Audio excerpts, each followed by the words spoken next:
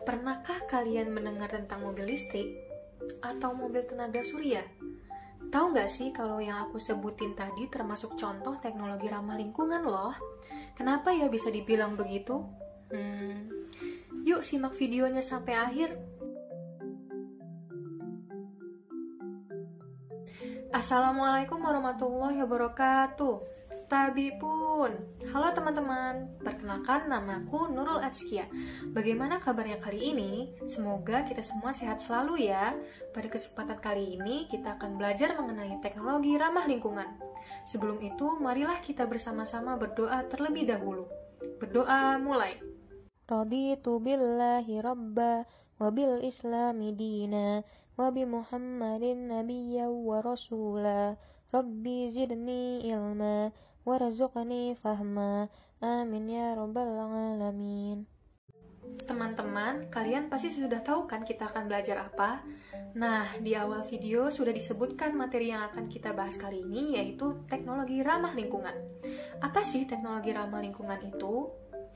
Teknologi ramah lingkungan atau sering disebut dengan sustainable technology or green technology merupakan bentuk penerapan teknologi yang memperhatikan prinsip-prinsip pelestarian lingkungan. Teknologi tersebut bertujuan untuk memberi kemudahan dan pemenuhan keperluan manusia.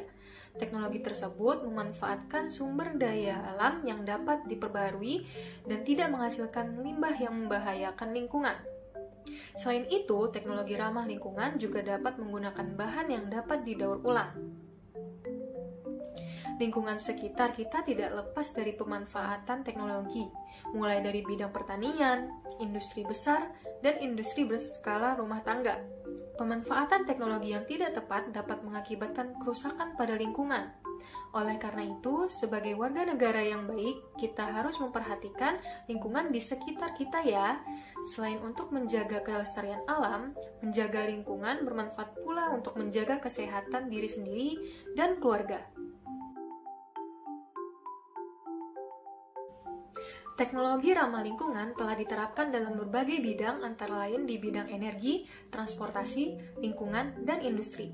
Agar teman-teman dapat memahami berbagai aplikasi teknologi ramah lingkungan, ayo pelajari materi berikut dengan penuh saksama ya. Teknologi ramah lingkungan dapat diterapkan pada bidang energi sebagai upaya mencari sumber energi alternatif untuk masa depan. Berikut ini adalah contoh penerapannya. Yang pertama ada bahan bakar dari tumbuhan atau biofuel. Biofuel adalah jenis bahan bakar alternatif yang berasal dari bahan-bahan organik. Biofuel termasuk sumber daya alam yang dapat diperbarui. Ada dua jenis biofuel, yaitu dalam bentuk etanol atau C2H5OH dan biodiesel. Proses pembuatan bioetanol diawali dengan penghancuran bahan-bahan yang mengandung karbohidrat, sehingga memiliki ukuran yang kecil. Karbohidrat yang berupa lignin, selulosa, dan hemiselulosa kemudian dihidrolisis dengan bantuan enzim yang dihasilkan jamur dan bakteri, sehingga menghasilkan senyawa gula pentosa dan glukosa. Senyawa gula tersebut kemudian difermentasi oleh Saccharomyces cerevisiae sehingga menghasilkan etanol dan senyawa lainnya. Agar diperoleh etanol murni, selanjutnya dilakukan penyulingan atau distilasi. Berbeda dengan bioetanol, bahan baku pembuatan biodiesel berasal dari lemak nabati, misalnya dari minyak kelapa sawit atau minyak jarak pagar. Di Indonesia, biodiesel sudah dikembangkan dan diproduksi sebagai bahan bakar kendaraan yang disebut dengan biosolar. Selain itu, sisa pembakaran dari biofuel juga lebih ramah lingkungan. Yang kedua ada biogas. Biogas merupakan jenis bahan bakar alternatif yang diperoleh dari proses fermentasi bahan-bahan organik oleh bakteri anaerob atau bakteri yang hidup di lingkungan tanpa oksigen. Dalam pembuatan biogas berasal dari kotoran dan urin hewan ternak. Yang ketiga ada sel surya atau solar cell. Kita dapat mengubah energi cahaya matahari menjadi energi listrik dengan menggunakan fotovoltaik atau PV cell, atau sering disebut solar cell atau sel surya. Ketika cahaya matahari mengenai panel surya, cahaya menghasilkan emisi elektron pada komponen panel. Elektron ini kemudian dihubungkan dengan sistem tertentu sehingga dihasilkan listrik. Selanjutnya, listrik ini dialirkan dan disimpan pada baterai sehingga dapat digunakan pada mendung atau malam hari. Panel surya memiliki beberapa keunggulan.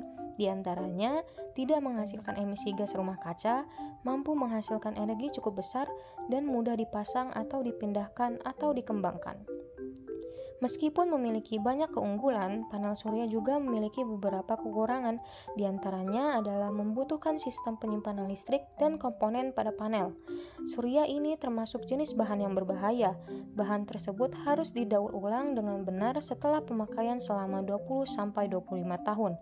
Selain itu, biaya produksi panel surya masih tinggi atau harganya mahal.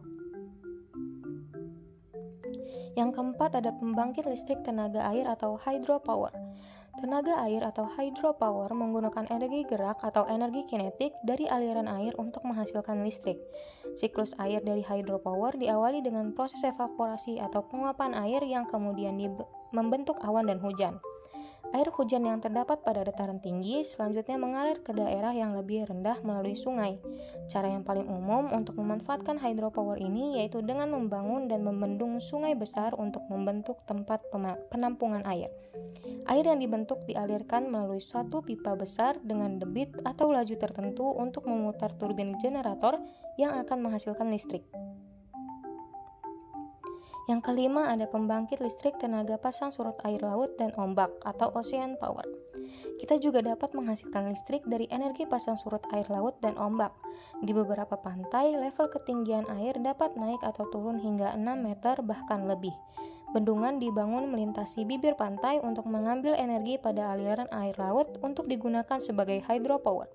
Saat ini masih sedikit negara yang menerapkan teknologi ini. Hal ini disebabkan oleh pembangunan teknologi ini membutuhkan biaya yang sangat besar, alat mudah rusak akibat korosi oleh air laut, badai, dan di dunia ini hanya sedikit daerah yang cocok untuk dibangun teknologi ini. Selama bertahun-tahun, ilmuwan dan para teknisi telah mencoba untuk menghasilkan listrik dengan cara mengambil energi dari ombak sepanjang pantai. Mereka telah membuat teknologi berbentuk tabung yang terbuat dari baja dan mirip dengan rantai ular yang dipasang di pantai Portugal. Alat ini akan naik dan turun akibat adanya ombak dan dapat menghasilkan listrik. Lalu yang keenam ada pembangkit listrik tenaga angin atau wind power. Akhir hari ini, pembangkit listrik tenaga angin menjadi sumber energi dunia terbesar kedua setelah panel surya. Ada dua jenis pembangkit listrik tenaga angin yang saat ini dikembangkan, yaitu pembangkit listrik tenaga angin yang dibangun di daratan dan yang dibangun di pantai. Pembangkit listrik tenaga angin yang dibangun di daratan harus terletak di daerah yang jauh dari pemukiman dan sedikit populasi penduduk. Pembangkit listrik tenaga angin merupakan teknologi paling murah untuk menghasilkan listrik. Lalu yang ketujuh ada geotermal. Energi geotermal merupakan panas yang tersimpan dalam tanah, lapisan dasar bumi, dan cairan dalam kerak bumi. Kita dapat menggunakan energi yang tersimpan ini untuk memanaskan dan mendinginkan bangunan serta menghasilkan listrik. Ilmuwan memperkirakan bahwa hanya dengan menggunakan 1% dari panas yang tersimpan sedalam 5 km dalam kerak bumi akan menghasilkan energi 250 kali lebih banyak dari minyak dan gas alam yang tersimpan di seluruh lapisan bumi. Salah satu cara untuk mengambil energi geotermal ini dengan menggunakan sistem pompa panas geotermal atau yang disebut geothermal heat pump system. Sistem ini dapat memanaskan dan mendinginkan sebuah rumah dengan memanfaatkan perbedaan temperatur. Lalu yang ke-8 ada fuel cell dan hydrogen power. Fuel cell adalah sebuah alat konversi elektrokimia yang menghasilkan listrik dari hasil reaksi antara hidrogen dan oksigen. Fuel cell bekerja seperti baterai, hanya saja tidak memerlukan pengisian ulang atau recharging karena akan terus-menerus menghasilkan listrik selama bahan bakarnya hidrogen dan oksigen terpenuhi. Sebuah fuel cell memiliki dua elektroda yaitu elektroda positif atau katoda dan elektroda negatif atau anoda. Pada elektroda tersebut, terjadi reaksi yang menghasilkan listrik.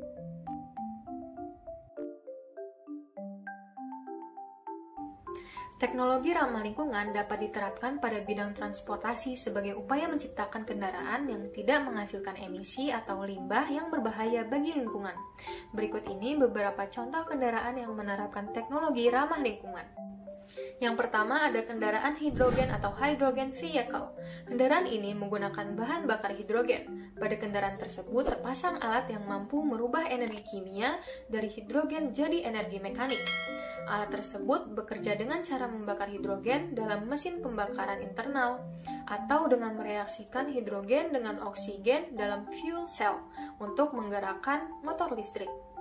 Contoh kendaraan hidrogen ini yaitu mobil berbahan bakar hidrogen seperti sepeda hidrogen, sepeda motor hidrogen, dan skuter hidrogen. Lalu yang kedua ada mobil surya atau solar car. Mobil surya merupakan mobil yang energi utamanya berasal dari sinar matahari. Salah satu contoh mobil surya adalah bus surya. Bus ini menggunakan sinar matahari untuk memberikan energi pada alat-alat listrik dalam bus, dan energi yang digunakan sebagai penggerak pada mesin bus. Bus surya yang saat ini ada merupakan kendaraan yang menggunakan baterai sebagai tempat penyimpanan listrik yang diperoleh dari cahaya matahari atau sumber yang lain. Lalu yang ketiga ada mobil listrik atau electric car. Mobil listrik merupakan mobil yang didorong oleh satu atau lebih motor listrik, menggunakan energi listrik yang disimpan dalam baterai atau alat penyimpanan energi yang lain. Motor elektrik ini mampu memberikan tenaga putaran dengan cepat dan memberikan percepatan yang kuat, tapi suaranya halus. Keuntungan dari penggunaan mobil listrik ini antara lain mengurangi polusi udara, karena mobil ini tidak menghasilkan polutan dan mengurangi efek rumah kaca. Penggunaan teknologi mobil listrik secara massal masih mengalami beberapa hambatan, antara lain masih tingginya biaya produksi, minimnya infrastruktur isi ulang bahan bakar listrik, dan kekhawatiran pengemudi akan kehabisan listrik sebelum sampai di tujuan. Teknologi ramah lingkungan di bidang lingkungan memiliki banyak manfaat loh, antara lain yaitu untuk pelestarian lingkungan, pencegah banjir, dan memperbaiki wilayah tercemar. Berikut ini akan dijelaskan contoh-contoh teknologi ramah lingkungan untuk di bidang lingkungan. Yang pertama ada biopori. Biopori adalah lubang-lubang kecil yang terbentuk akibat siklus aktivitas berbagai organisme di dalam tanah seperti misalnya cacing tanah, akar-akar tanaman, ataupun sejenisnya. Teknik ini diterapkan dengan menyediakan area yang dibuat berlubang-lubang kecil atau berpori yang nantinya akan menyerap air hujan dan kemudian disalurkan ke dalam tempat penampungan air. Biopori dapat mencegah banjir pada musim hujan, menjamin ketersediaan air pada musim kemarau, serta juga dapat diandalkan untuk mencegah penyebaran penyakit yang disebabkan oleh adanya genangan air seperti demam berdarah, malaria, dan kaki gajah. Yang kedua ada fitoremediasi. Fitoremediasi merupakan penggunaan tumbuhan untuk menghilangkan, memindahkan, menstabilkan, atau menghancurkan bahan pencemar baik itu senyawa organik maupun anorganik. Melalui fitoremediasi ini, polutan atau zat penyebab polusi seperti logam berat, pestisida, minyak, dan zat lain yang mengotori tanah, air, atau udara dapat dikurangi bahkan dihilangkan. Keunggulan teknologi fitoremediasi ini antara lain ramah lingkungan, biaya operasional rendah, mudah untuk diaplikasikan, aman digunakan, tanah dapat menjadi lebih subur, dan dapat membuat kualitas lingkungan menjadi lebih baik. Contoh tumbuhan yang dapat digunakan dalam fitoremediasi adalah bunga matahari, sawi, eceng gondok, padi, tembakau, dan sansevieria. Yang ketiga ada toilet pengompos atau composting toilet. Toilet pengompos merupakan toilet kering yang menggunakan proses secara aerob untuk menghancurkan atau mendekomposisi feses yang dihasilkan manusia. Toilet pengompos dapat digunakan sebagai pengganti toilet air pada umumnya. Toilet ini biasanya ditambah dengan campuran serbuk gergaji, sabut kelapa, atau lumut tertentu untuk membantu proses aerob, menyerap air, dan mengurangi bau. Proses dekomposisi ini umumnya lebih cepat dari proses dekomposisi secara anaerob yang digunakan pada septic tank. Yang keempat ada pemurnian air atau water purification. Pemurnian air merupakan suatu proses penghilangan zat-zat kimia, kontaminan biologis, partikel-partikel padat, dan gas-gas dari air yang terkontaminasi atau kotor. Tujuan dari proses ini adalah untuk menghasilkan air yang dapat digunakan untuk keperluan tertentu. Secara umum, proses pemurnian air merupakan proses kajian fisika, kimia, dan biologi. Secara fisika, pada proses pemurnian air, ada proses filtrasi atau penyaringan, sedimentasi atau pengendapan, dan distilasi atau penyulingan. Secara kimia, ada pemberian klorin, penyinaran dengan sinar ultraviolet, dan pemberian karbon aktif. Karbon aktif, klorin, dan sinar ultraviolet dapat berperan sebagai pembunuh kuman yang ada dalam air. Pemurnian air ini ada dua jenis, yaitu pertama, pemurnian air sederhana dan teknologi osmosis balik.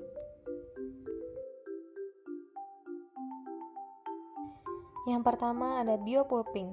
Biopulping adalah teknologi ramah lingkungan yang terinspirasi dari proses pelapukan kayu dan sampah tanaman oleh mikroorganisme. Proses pelapukan dilakukan secara alami oleh beberapa jenis mikrob dan jamur, sehingga sampah dari pohon-pohon yang telah mati akan kembali diserap oleh alam secara alami. Saat ini, kendala besar yang dihadapi oleh para pemilik industri berbahan baku kayu seperti pabrik kertas adalah proses pengolahan limbah yang mengandung zat kayu atau lignin, yang membutuhkan proses lama dan berbahaya terhadap kelestarian lingkungan sekitar. Terinspirasi dari kemampuan mikrob dalam proses pelapukan kayu, para ahli saat ini mulai mengembangkan proses pengolahan limbah dengan menggunakan mikroorganisme yang mampu menguraikan lignin secara alami yang banyak ditemui secara bebas di alam. Contoh mikroorganisme yang digunakan yaitu dari jenis kapang atau jamur, Plebia subserialis, dan Seriporiopsis subvermispora. Nah, sekarang kita akan bahas mengenai perilaku hemat energi dalam keseharian. Ternyata banyak sekali perilaku hemat energi dalam kehidupan sehari-hari loh, misalnya sebagai berikut. Yang pertama, membudayakan penggunaan sepeda atau berjalan kaki untuk kegiatan sehari-hari. Selain menghemat BBM, penggunaan sepeda dan berjalan kaki juga dapat mengurangi polusi udara dan menyehatkan. Lalu yang kedua, mematikan kendaraan jika sedang tidak digunakan dan jangan terlalu lama menyalakan kendaraan ketika akan digunakan. Yang ketiga, mematikan lampu saat tidur dan saat siang hari. Yang keempat, memilih peralatan rumah tangga yang hemat energi. Misalnya mengganti lampu pijar yang menghasilkan warna kuning dengan lampu neon yang menghasilkan warna putih atau lampu LED, Light Emitting Diode, yang dapat bertahan hingga 15 tahun. Lalu yang kelima, menggunakan air secukupnya saat mandi dan mencuci. Selanjutnya kita bahas mengenai teknologi tidak ramah lingkungan ya. Setelah teman-teman mempelajari tentang teknologi ramah lingkungan, masih ingat tidak ya apa saja sih prinsip-prinsip teknologi ramah lingkungan? Apabila suatu teknologi tidak sesuai dengan prinsip-prinsip tersebut, berarti penerapan teknologi itu termasuk teknologi tidak ramah lingkungan. Beberapa prinsip teknologi tidak ramah lingkungan diantaranya adalah teknologi tersebut menghasilkan sisa-sisa atau limbah yang dapat membahayakan lingkungan, dan sumber energi yang digunakan adalah sumber energi yang tidak dapat diperbarui. Contohnya adalah mesin kendaraan bermotor, semprotan aerosol, pembangkit listrik tenaga diesel atau uap, dan masih banyak lagi. Sekarang kita masuk ke contoh soal ya. Contoh soal yang pertama, berikut ini yang bukan merupakan prinsip-prinsip teknologi yang tetap menjaga kelestarian lingkungan adalah jawabannya D, menggunakan bahan-bahan yang tidak dapat didaur ulang. Lalu contoh soal yang kedua, contoh aplikasi teknologi ramah lingkungan dalam bidang energi adalah sebagai berikut, kecuali jawabannya D, osmosis balik. Agar teman-teman lebih memahami materi ini, coba kalian kerjakan latihan soal berikut ya. Kendaraan-kendaraan berikut yang paling ramah lingkungan adalah aku kasih waktu 5 detik deh.